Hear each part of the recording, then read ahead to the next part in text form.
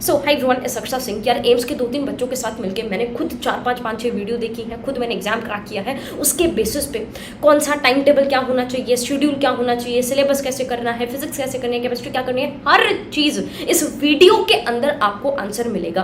As it is अगर तुमने follow कर लिया, नीट 2024 के अंदर तुमको 680 प्लस लाने से कोई नहीं रोक पाएगा। हर चीज का आंसर इस वीडियो में है। कुछ डाउट रह जाए तो नीचे कमेंट सेक्शन में बता देना। स्टार्ट करते हैं। सबसे पहली बात, जितने भी स्टूडेंट्स इस वीडियो को देख रहे हैं, यू का यू रोक के एक नोटबुक लेकर आओ, बिकॉज ये अब तुम्हारा पूरे साल का प्लान बनने वाला है। 2023 वाले बच्चों के पास पूरा टाइम नहीं था, लेकिन तुम्हारे पास एग्जैक्ट 1 साल है। तुमको कुछ भी नहीं आता ना, तुम जीरो पे भी हो तब भी शुरू कर सकते हो। स्टार्ट करते हैं जीरो से।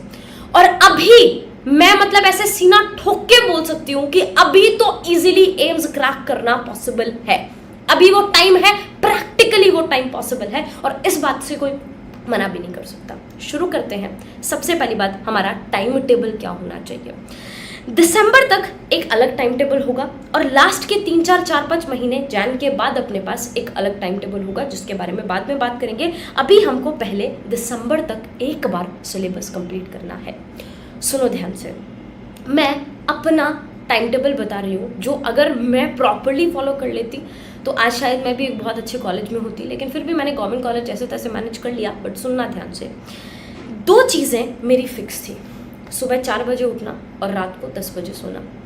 आप लोगों को भी यही चीज़ फिक्स करनी है। मैं सीधी एक बात बोल रही हूँ, तुमसे 4 बजे नहीं उठा जा रहा, तुम 7 बजे उठना, 8 बजे उठना, तुम अपने हिसाब से इसको डिसाइड करना। सिर्फ पड़ोस वाली आंटी को इम्प्रेस करने के लिए 4 बजे उठना मत शुरू कर देना, क्योंकि मेरी क्लासेस 6:30 बजे कोचिंग स्टार्ट हो जाती थी मॉर्निंग में, इसीलिए मुझे मॉर्निंग में उठना पड़ता था। मैं एक सब्जेक्ट अपना ख़त्म करती थी, कोचिंग के लिए रेडी होती थी, और उसके बाद कोचिंग से मैं 1:30 बजे के आसपास आती थी।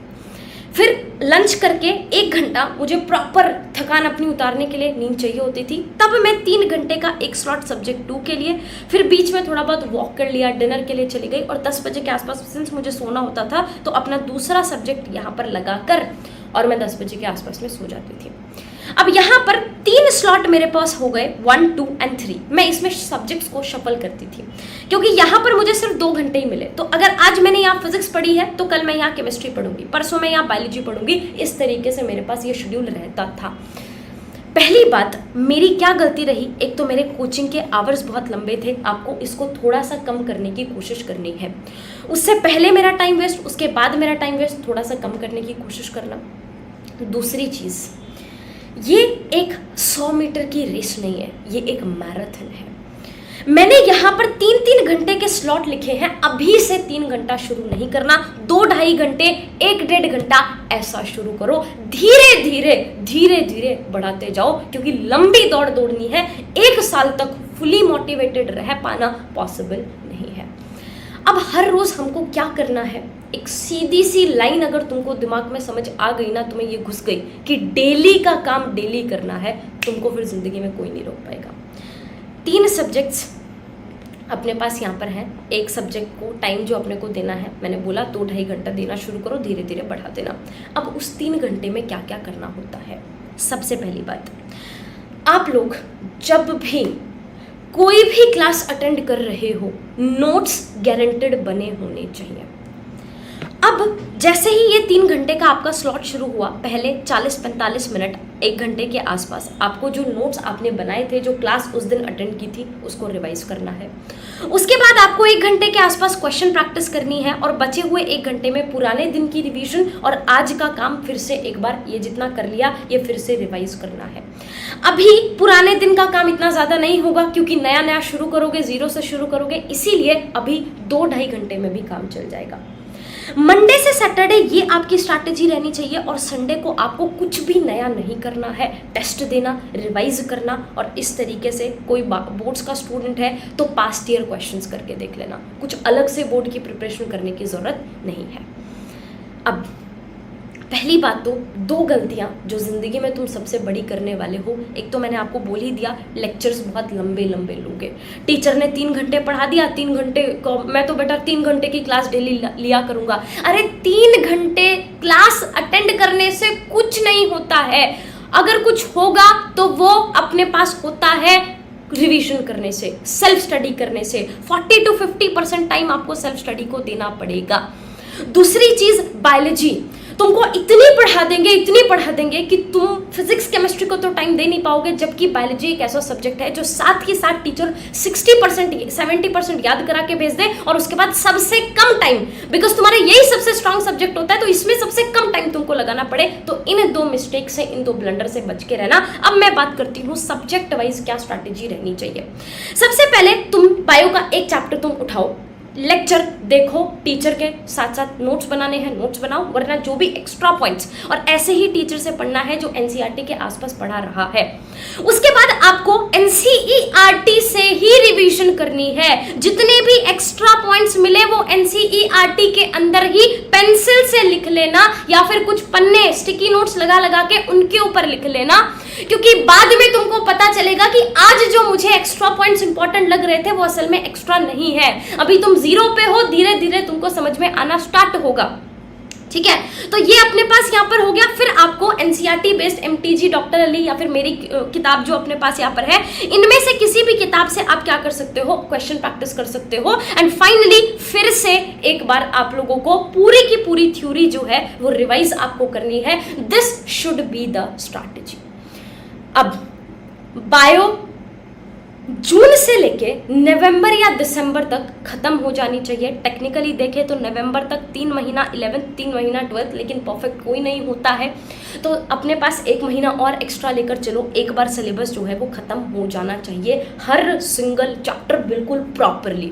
पुराना रिवाइज रह पा रहा है, नहीं रह पा रहा है, याद रह पा रहा है, नहीं रह पा रहा है, डोंट वरी, वो जनवरी के बाद हो जाएगा। लेकिन दिसंबर तक एक बार सारा सिलेबस बिल्कुल प्रॉपरली कर लेना। और कैसे करना है, पहली बात, मान लो तुमने एक एनसीईआरटी का पैरा पढ़ लिया, अब आंख बंद करके सोच के देखो उस पैरा के अंदर क्या क्या था बिना बुक को देखे हुए। और दूसरा, 10 मिनट रूल आपको हमेशा फॉलो करना है। कभी भी पढ़ाई करते हुए सामने क्या करो, अपना पढ़ाई कर रहे हो, सामने अपनी क्लॉक रख लो, उसमें 10 मिनट में सोचो कि 10 मिनट में मेरे को इतना कंप्लीट करना है। उससे क्या होगा, अब 1 घंटा कई बार क्या हो जाता है, ओवर थिंकिंग में चला जाता है। मेडिकल कॉलेज में जाऊंगा, मेरी जिंदगी ऐसी होगी वैसी होगी, गया 1 घंटा। 10 मिनट का टाइम टेबल, जैसे ही 10 मिनट में टाइमर बचेगा तुमको वापस से हिट होगा दिमाग में, यार पढ़ ले, पढ़ना था, तो सिर्फ 10 मिनट ही तुम्हारी वेस्ट होंगी। इसलिए ऑलवेज फॉलो 10 मिनट्स रूल। बाकी मैं तो ये कह रही हूं, अपनी 50% नीट का जिम्मा 360 में से 360 तुमको लाके दे देंगे, मेरे ऊपर छोड़ दो। सिर्फ मेरे को 1 घंटा दे दो दिन का, बस 1 घंटा। क्लास में ऑलमोस्ट तुमको एनसीईआरटी एकदम फिंगरप्रिंट्स पे हो जाएगी, सब चीजें तुमको याद हो जाएंगी। मंडे से फ्राइडे क्लासेस होंगी, और कोई और कोचिंग में जाता है तो वो भी छोड़ सकता है उस चीज को। 7 साढ़े 7 बजे के आसपास शाम को क्लास होगी, तो कोई दिक्कत तुमको नहीं है, बिल्कुल इजीली मैनेज हो जाएगा। मैं 1 घंटा क्लास लूंगी ना, तो उसमें से 70% से 80% मैं साथ के साथ याद करा के भेजूंगी। उसके अलावा मेरे को सिर्फ 20-30 मिनट एक्स्ट्रा घर जाके एक बार रिवाइज कर लेना। तुमको बायो के अंदर मेरे जो लेम जोक्स एग्जाम टाइम में याद आएंगे ना, तुमको बिल्कुल एकदम प्रॉपरली याद आएंगे। सैटरडे को अपन एनसीईआरटी को सारा फिल इन द ब्लैंक्स की फॉर्म में कन्वर्ट करके उसका रिवीजन करेंगे, और संडे को उसका टेस्ट अपने पास होगा। बिल्कुल ईयर लॉन्ग कोर्स होगा, 3 बार, जिसके अंदर हम लोग अपने पास यहाँ पर सिलेबस कंप्लीट करने वाले हैं। पहले डिटेल में नवंबर दिसंबर तक, फिर जनवरी में 1 डे 1 चैप्टर के साथ, और अप्रैल में 1 डे 1 यूनिट के साथ। साथ में किसी भी ऑनलाइन प्लेटफॉर्म के अंदर जाके दे देना, आप कभी भी उस टीचर तक पहुंच ही नहीं सकते। तुम अपनी क्वेरी, अपना प्रॉब्लम्स वहां तक पहुंचा ही नहीं सकते। हम लोग 100 बच्चों का, साथ में एक मेडिकल स्टूडेंट का मेंटोर वहां पर लगा के, मेंटोर्स के साथ आप लोग को प्रॉपर मेंटोरशिप प्रोवाइड कराएंगे। हर महीने आपका एक गूगल मीट सेशन होगा, और जैसे ही आप मेरे बैच को ज्वाइन करते हो तो मेरे साथ भी आपका एक गूगल मीट होगा, जिसमें पूरा गाइडेंस आपको देने वाली हूँ। और ये पूरा साल, मतलब एक बार तुमने घुस दिया ना, मेडिकल कॉलेज तक तुमको हाथ पकड़ के छोड़ के आएंगे। डिस्क्रिप्शन में मैं लिंक दे रही हूँ, 2099 रुपए का, 2000 रुपए का है। और अभी भी जो बच्चे इस वीडियो को देख रहे हैं, देखते ही जिसने ये अर्ली बर्ड कोड वहां पर कूपन कोड लगा दिया, उसको इस 2000 में भी एक्स्ट्रा 200 रुपए ऑफ मिल जाएंगे, लेकिन सिर्फ पहले 200 बच्चों को। ठीक है, 1800 प्लस टैक्सेस के आसपास कुछ का पड़ेगा। इस वीडियो के डिस्क्रिप्शन में लिंक है, अभी जाकर ज्वाइन कर लो। मैंने तुमको बोला है ना कि 50% जिम्मेवारी मेरी, तो 50% जिम्मेवारी मेरी। तुम्हारे 360 नंबर बस तुम भूल जाओ, तुम फिजिक्स केमिस्ट्री संभाल लेना, बायो में संभाल लूंगी। ठीक है, बस आ जाना 1 घंटा। बात करते हैं केमिस्ट्री की। सबसे पहले लेक्चर अटेंड करते ही नोट्स बनाने हैं, आते ही उन नोट्स के ऊपर जो न्यूमेरिकल्स वहां पर है उनके ऊपर सॉल्यूशन नहीं देखना, तुमको अपना रिवीजन करनी स्टार्ट करनी है। उसके बाद क्वेश्चन प्रैक्टिस करना है, किसी भी पॉपुलर बुक से कर लो, और साथ में क्वेश्चन को मार्क तुमको करना है। कैसे क्वेश्चन मार्किंग करते हैं, एक होता है एक क्वेश्चन जो बिल्कुल इतने चुम्पू से होते हैं, F equals to mass into acceleration. यार जिंदगी में एक क्वेश्चन तुम दोबारा कभी नहीं भूलोगे और दोबारा इसके ऊपर टाइम वेस्ट करने की जरूरत भी नहीं है, इस क्वेश्चन के ऊपर क्रॉस मार्क मार दो।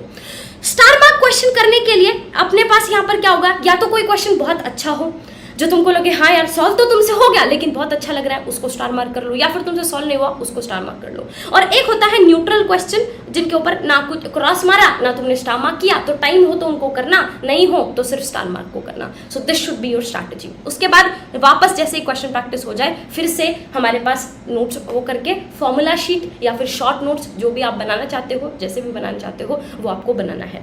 शेड्यूल 2 महीने में फिजिकल, फिर ऑर्गेनिक, क्योंकि फिजिकल में याद करने की चीजें कम होती है, पहले उसको करो, फिर ऑर्गेनिक और लास्ट में इनऑर्गेनिक। और 1 महीना फिर भी एक्स्ट्रा दे दिया, कहीं ना कहीं किसी में ऊपर नीचे टाइम जो है वो लगेगा।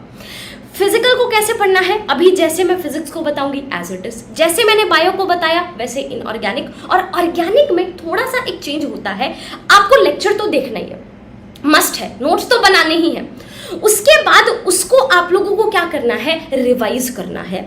अब जैसे ही आप रिवाइज करोगे, फिजिक्स के अंदर क्या होता है ना, ऑलमोस्ट हमको सारी चीज नोट्स जो है वो साथ के साथ पूरे के पूरे याद हो जाते हैं, लेकिन ऑर्गेनिक के अंदर कभी भी ऐसा नहीं हो पाता है। इसके अंदर थोड़ी सी गड़बड़ होती है, आप सारी चीज क्रैम नहीं कर पाओगे। आप क्या करना, नोट्स 5-6 बार पढ़ने के बाद क्वेश्चन प्रैक्टिस करना स्टार्ट करना।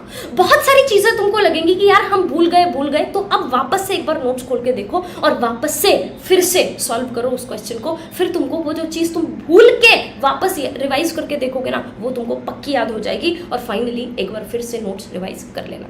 फिजिक्स में लेक्चर अटेंड करके नोट्स बनाने हैं, सबसे ज्यादा इंपॉर्टेंट है।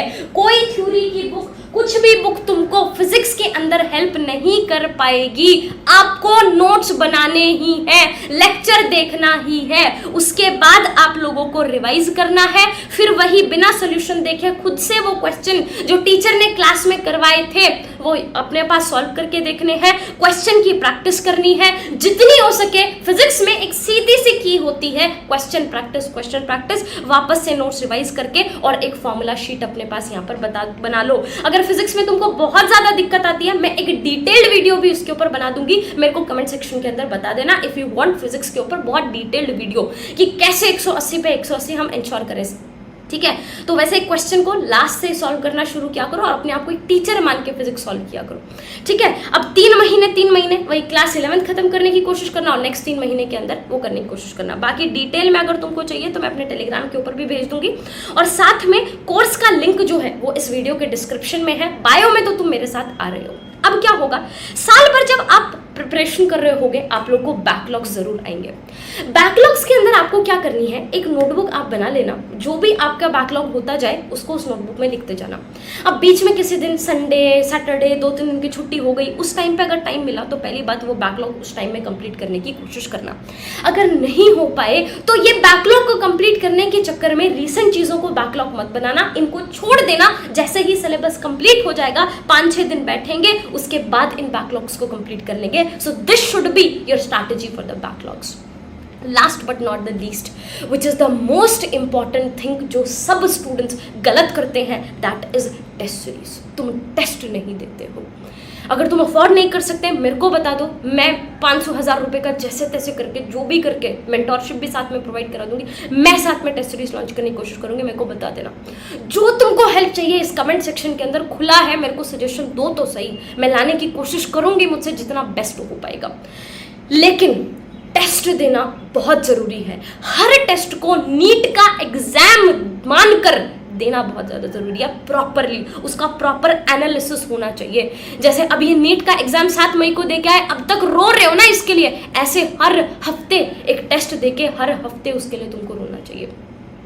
एनालिसिस करते टाइम सबसे पहले देखना कि कौन सा क्वेश्चन हमको आता नहीं था। क्यों? क्योंकि तुम पढ़ के ही नहीं गए थे, ठीक है। दूसरा होता है आता था लेकिन उसके बावजूद भी हुआ नहीं, इसका मतलब ढंग से नहीं पढ़ के गए। और तीसरा होता है सिली मिस्टेक, आता भी था, कर भी लेते लेकिन उसके बावजूद भी गलत, और यही मैक्सिमम स्टूडेंट्स गलत करते हैं।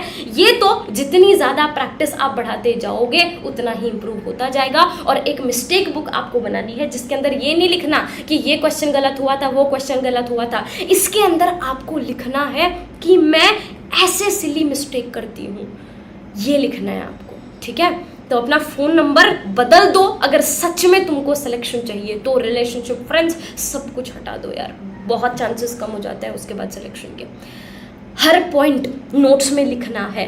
बहुत सारे स्टूडेंट्स फिजिक्स के जब नोट्स बनाते हैं ना, टीचर जब बोलता है तो क्वेश्चन प्रॉपरली लिखते ही नहीं है, आंसर लिख देते हैं। 4 महीने बाद उनको खुद के नोट समझ में नहीं आते कि अच्छा ये सोल्यूशन लिख तो रखा था, इसका क्वेश्चन क्या था। टीचर के मुंह से जो शब्द निकल गया ना वो तुम्हारे नोट्स के अंदर होना चाहिए। इसके अलावा ये मेरा एक पर्सनल टूल था OMR बुक। मैं जब भी किसी भी क्वेश्चन की प्रैक्टिस करती थी, चाहे मैं फिजिक्स की प्रैक्टिस कर रही हूँ, केमिस्ट्री कर रही हूँ, घर पे क्वेश्चन सॉल्व जब भी करके देख रही हूँ ना, मैं ऐसे नॉर्मली नहीं करके देखती थी। एक OMR बुक मैंने बना रखी थी जिसके अंदर मैं, जैसे मान लो 50 क्वेश्चन प्रैक्टिस करके देखने हैं मेरे को अभी फिजिक्स के, तो मैं 50 तक नंबर डाल के और मैं यहाँ पे पेपर की तरह उसको सॉल्व करके देखती। फिर